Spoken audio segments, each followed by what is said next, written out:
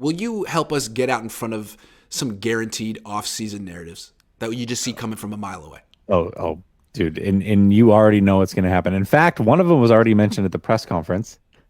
But the contracts, Bosa is not going to get signed until the 11th hour.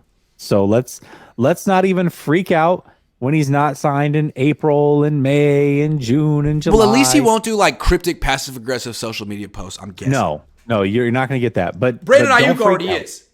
Don't freak out. That's true.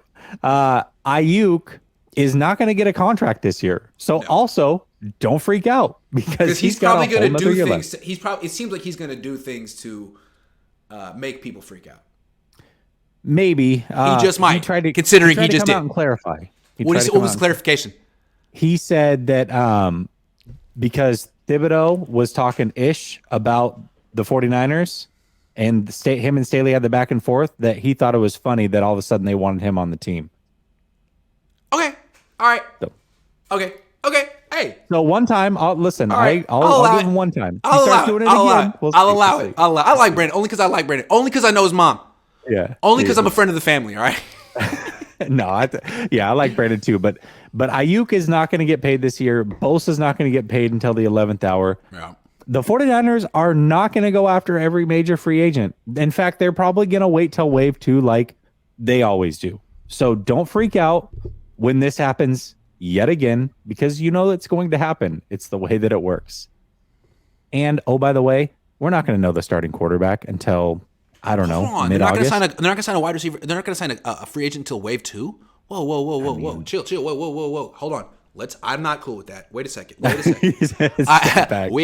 second. If they got to sign Mosley, we're going to talk about their targets in a minute. But Mosley, I feel like you got to bring him back. But also, if you want to take down Philly, you got to be like Philly. Look what Philly did this year. They brought in Bradbury, Reddick. Who else? There was one more that was big. AJ Brown. 3 big ones. You want to win the Super Bowl? Take it. Stop saying like we'll just stay the same and things will break our way this year. No, man, take the damn Super Bowl. Take it. Seize it. Like that. Like that. You know what I'm saying? Take it. So, like if you could get a really good right tackle, or I don't want to go through the positions right now because we're going to do that next. But if you get some really good starters, like what are you waiting for? This is your window.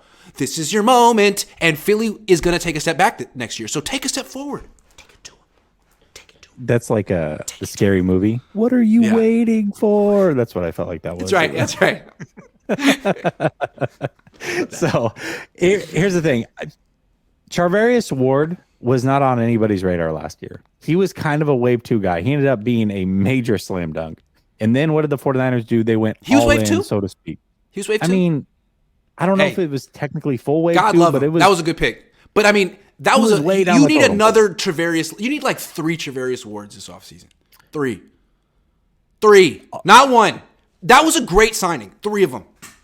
I promised you next week I will have a better grasp on the salary cap, what I think is going to happen, players that they can target realistically, and who I think they may target. But I don't. I mean, because last year I see something. They ended up getting McCaffrey too, which they needed to do because what they got was Travarius Ward, and even McCaffrey wasn't enough. Because even they said, I wish we could have just kept our quarterbacks healthy so we could have competed against Philly. You don't get it. They knocked out both of your quarterbacks. You weren't prepared to compete with Philly. They beat you up. It wasn't fluky. They beat you up. So you got to respond. You got to take the next step so you can actually take it to them.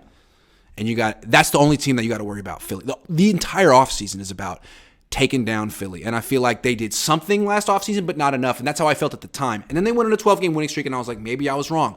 But then they lost, and they didn't win the Super Bowl. And now it's like, okay, great. You had your excuses. Take the excuses out. Make this your moment. This is a huge offseason. Huge one. Sorry. What are more offseason narratives that we have to dispel here? That and then if they get their guys in wave 2, great, fine, because you don't have to splurge. Sometimes those splurge signings don't work out. Yeah, They don't. I mean, if you get some really good wave 2 guys, I mean, that's starter potential. But what they did last year was basically get Travarius Ward and go special teams. Don't do that. Like their goal was 1 starter in special teams. Your goal should be 3 starters, and that's all you need. And a quarterback. They need a backup quarterback. Yeah. And then the last narrative is the quarterback competition, Grant. Kyle's not going to give you any answers while Brock Purdy is still on the mend. It's just not going to happen.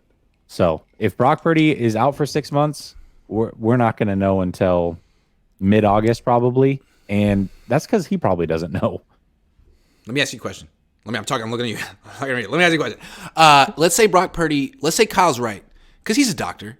Let's say Kyle's right about Brock Purdy's recovery, and he's back, full strength, 6 months, beginning of August, and Trey Lance is ready. He's been there for OTAs, and Brock's back, coming off this great season. What do they do? Quarterback competition? What do they do? Because that's what Kyle says is going to happen. That's what Kyle says is going to happen, right? So what do they do? What do I think they will do, or what should they do? What do you think they will do if Brock is healthy and Trey is healthy and training camp starts? Are they going to split reps, or is Kyle going to finally say, I actually thought about it, and he's our starter? Because I asked today, and he's like, I haven't even thought about that.